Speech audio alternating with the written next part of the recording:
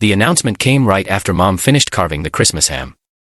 We were all seated around the mahogany dining table in what had been our family home for 23 years. The sprawling colonial where I'd grown up. Where Christmas mornings had once been magical. Where family dinners used to mean something other than strategic warfare. My brother Carlos set down his wine glass and cleared his throat like he was about to give. Instead he delivered what he clearly thought was a knockout punch. Sophia, we need to talk about your living situation. I looked up from my plate where I'd been carefully cutting my ham into precise pieces. A nervous habit I'd developed during family gatherings. What about it? This house belongs to the family now. Mom and Dad are getting older and they need the space for when they retire. You've been living here rent-free for 2 years and honestly, it's time you found your own place. Mom nodded solemnly. We think it would be good for you, honey. You need to learn independence. Dad joined in. Carlos has been looking at the real estate market and this house has appreciated significantly. We could use the space more efficiently. I set down my fork. Use the space more efficiently. Well, Carlos continued, clearly warming to his rehearsed speech. Jessica and I are planning to have kids soon and this house has that perfect nursery upstairs. Plus, with Dad's knee problems, they really should be living on one level. It just makes sense for everyone. Everyone except me, apparently. So you want me to move out so you can move in? It's not about wanting, Mom said in that careful tone she used when she was trying to sound reasonable. It's about what's practical. You're 31, Sophia. Most people your age have their own homes. And Carlos is 34 with an actual career and a wife, Dad added. He's in a better position to help us maintain this place. The subtext was clear. Carlos had the real job as a financial advisor while I was just the daughter who worked in computers and couldn't even keep a boyfriend long enough to get married. In their minds, I was the family disappointment who'd been taking advantage of their generosity.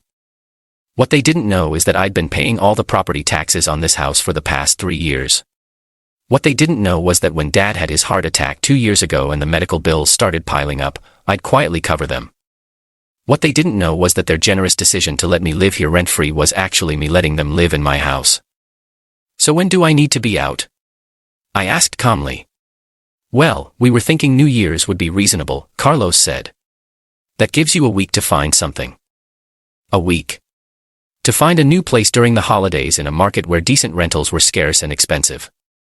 It was a timeline designed to make me panic, to make me beg for more time, to put me in a position where I'd be grateful for whatever scraps of consideration they threw my way. Instead, I pulled out my phone. The silence around the table was immediate and uncomfortable.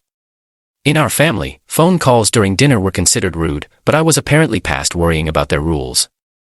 Who are you calling? Mom asked. I held up one finger while the line connected. Martinez Security Services, this is David. David, this is Sophia Martinez. I need a team at the Oakwood Drive property immediately. Yes, Ms. Martinez. What's the situation? Trespassing. I need the Martinez family escorted from the premises within the hour. There was a pause. The Martinez family, ma'am. That's correct. Carlos Martinez, Richard Martinez, and Elena Martinez. They're currently in the main house and need to be removed. Understood. We'll have a team. They're in 20 minutes. I hung up and set my phone beside my plate, then resumed cutting my ham. The silence stretched on for nearly a minute. Carlos was staring at me like I'd grown a second head. Mom looked confused and slightly offended. Dad was doing that thing where he blinked rapidly when he was trying to process information that didn't fit his worldview. Sophia, Mom finally said, what was that about? I called security to have you removed from my property. Your property? Carlos laughed, but it sounded forced. Sophia, this house has been in the family for over 20 years. Just because you've been living here doesn't make it yours. Actually, it does. I reached into my purse and pulled out a folder I'd brought with me. Not because I'd planned for this exact conversation, but because I'd been carrying the documents around for weeks, trying to decide when and how to tell them the truth. I set the folder on the table and opened it to reveal the first page. A property deed with my name on it. This house was sold to me 3 years ago when you defaulted on the mortgage. Dad's face went pale. That's impossible. We never defaulted on anything. Dad, You stopped making mortgage payments in March of 2021 when the medical bills started coming in. By December you were 6 months behind and facing foreclosure. But we caught up, Mom said weakly. We got back on track. You got back on track because I bought the house from the bank and let you continue living here. I've been making the mortgage payments for 3 years. I flipped to the next page showing the purchase agreement between the bank and Martinez Holdings LLC, my shell company. $847,000. That's what I paid to keep this house in the family. Literally. Carlos grabbed the papers and started reading frantically. This has to be fake. You don't have $847,000. You work in IT support or something. I work in cybersecurity consulting. My company has contracts with 17 Fortune 500 companies and 12 government agencies. Last year's revenue was $42 million. The number hung in the air like smoke from a snuffed candle. $42 million. Dad whispered. That's gross revenue, not profit. But yes. That's impossible. Carlos said again, but his voice had lost its certainty. If you had that kind of money, why would you live here? Why would you drive that old Honda? Why would you? Why would I dress like I shop at Target and eat lunch at food trucks and live like I'm barely scraping by? I'd been asking myself the same question for months. Why had I maintained the charade? Why had I let them think I was struggling when I could have bought and sold their entire social circle? Because I wanted to see who you really were, I said finally. I wanted to know if you valued me as a person or just as someone you thought you could control. The truth was more complicated than that, but it was as much as I was willing to share at Christmas dinner. My business had started almost by accident. I'd been working as an analyst for a mid-sized firm when I discovered a vulnerability in a client's system that could have cost them millions. Instead of just writing a report, I developed a comprehensive security protocol that not only fixed the immediate problem but prevented an entire class of attacks. The client was so impressed they asked if I could do the same thing for their other systems. Then they referred me to their parent company, then to their business partners. Within 18 months, I had more work than I could handle and was hiring other specialists to help manage the load. The money came fast after that. Cybersecurity consulting isn't glamorous work, but it's essential and companies pay premium rates for someone who can actually solve their problems instead of just identifying them. My team specialized in finding vulnerabilities before hackers did, and our track record was impeccable. But success in cybersecurity requires a certain level of invisibility. The more successful you are, the more you become a target. So I kept a low profile, drove an unremarkable car, lived modestly, and let most people, including my family, assume I was just getting by. The irony was that while I was building a multi-million-dollar business, my family was struggling with Dad's medical expenses and the economic uncertainty that followed. I could have helped them openly, but every time I tried to bring up their financial situation, they deflected or assured me they were handling it. So I helped secretly. I bought their house to prevent foreclosure, but I let them think they'd worked out a payment plan with the bank. I covered Dad's medical bills through a charity program that was actually just me writing checks. I made sure Mom's car passed inspection by having my mechanic fix whatever problems he found and billing it to a fictional warranty program. I told myself I was being generous. Looking back, I think I was being cowardly. It was easier to help from the shadows than to have the conversation about what I'd accomplished and how our family dynamics had changed.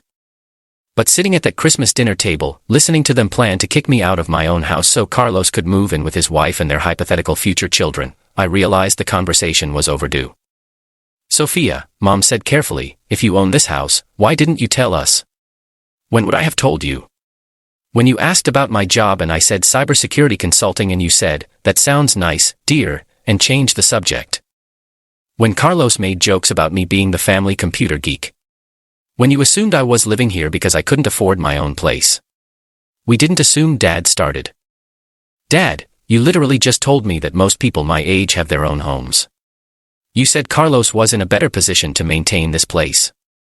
You've spent 3 years thinking I was a financial burden instead of the person keeping you financially afloat. Carlos was still staring at the property deed like he could make it disappear through sheer willpower. Even if this is real, he said, you can't just kick us out. We live here. We have rights. Actually, you don't. You've been living here as my guests for 3 years. I never charged rent, never signed a lease agreement, never established any kind of formal tenancy. Legally, you're visitors who've overstayed their welcome. The doorbell rang. That would be security, I said, standing up. David's always very prompt. I walked to the front door and opened it to find 3 men in black uniforms with Martinez Security Services patches on their shoulders. David was a former police officer I'd hired to handle security for my business operations. His team provided protection for high-value clients and handled sensitive situations with discretion. Good evening, Ms. Martinez. You have a trespassing situation. 3 individuals in the dining room. They've been asked to leave and refused. Understood. Do you want them removed immediately or would you prefer to give them time to collect their belongings? I considered this. Part of me wanted to watch them scramble to pack their things in 20 minutes to feel the same panic they'd try to impose on me with their New Year's deadline. But that would make me just as petty as they were. Give them until tomorrow evening. They can take whatever belongs to them personally, but the furniture and household items stay with the house. What about vehicles in the driveway? The BMW and the Mercedes can go. The Honda stays. It's mine. David nodded and walked toward the dining room. I followed, curious to see how my family would handle being evicted from their own Christmas dinner. The 3 security guards filled the doorway to the dining room, their presence immediately changing the energy in the room. Carlos started to stand up, his chest puffing out like he was going to challenge them, but Jessica grabbed his arm and pulled him back down. Mr. and Mrs. Martinez, David said politely. I'm David Chin with Martinez Security Services. You're currently trespassing on private property and need to vacate the premises.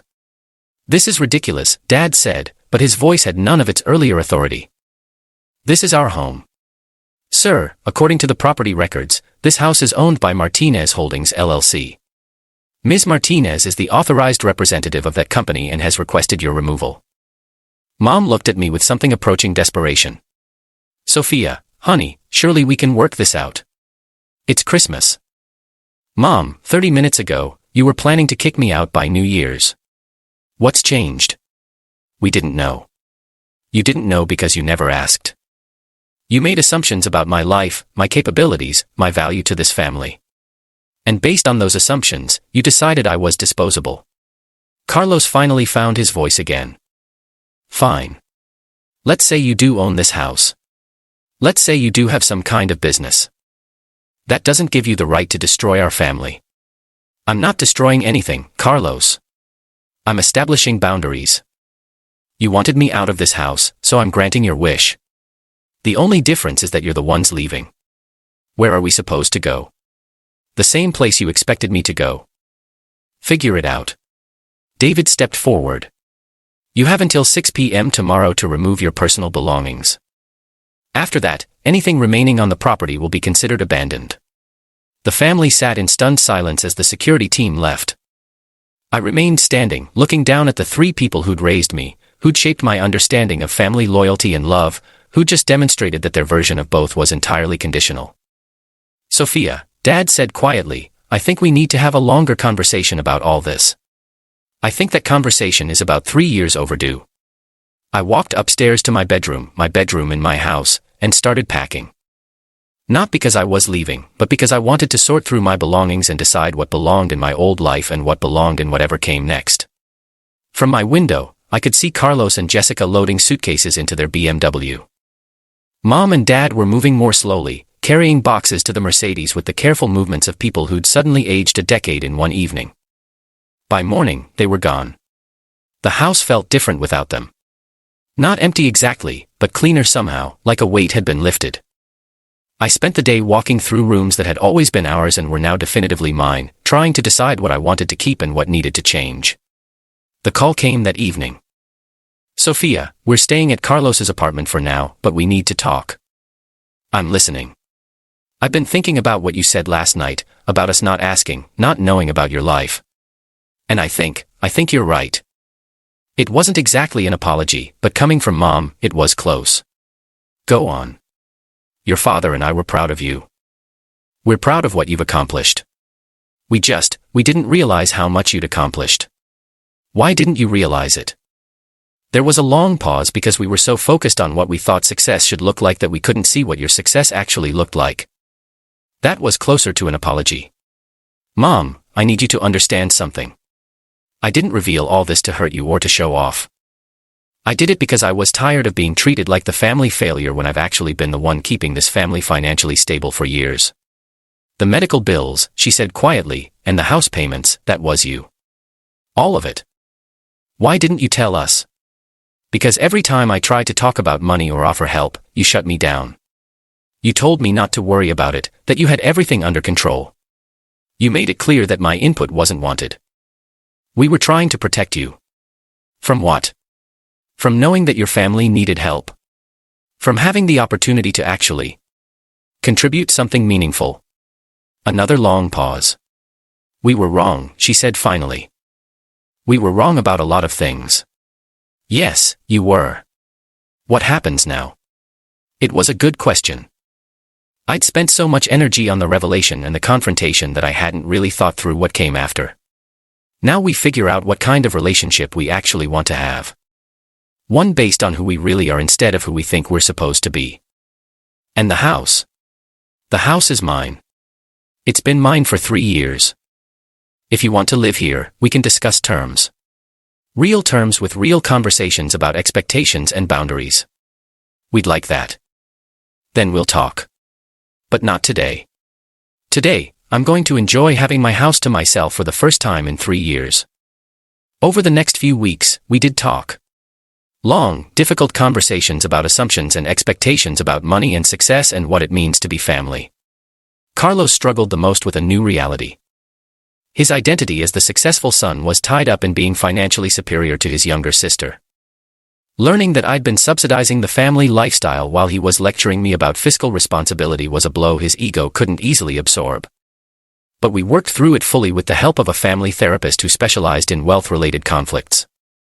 Because apparently my cybersecurity business wasn't the only family secret. It turned out that having money changed everything about how people related to each other, and we all needed to learn new rules for this new reality.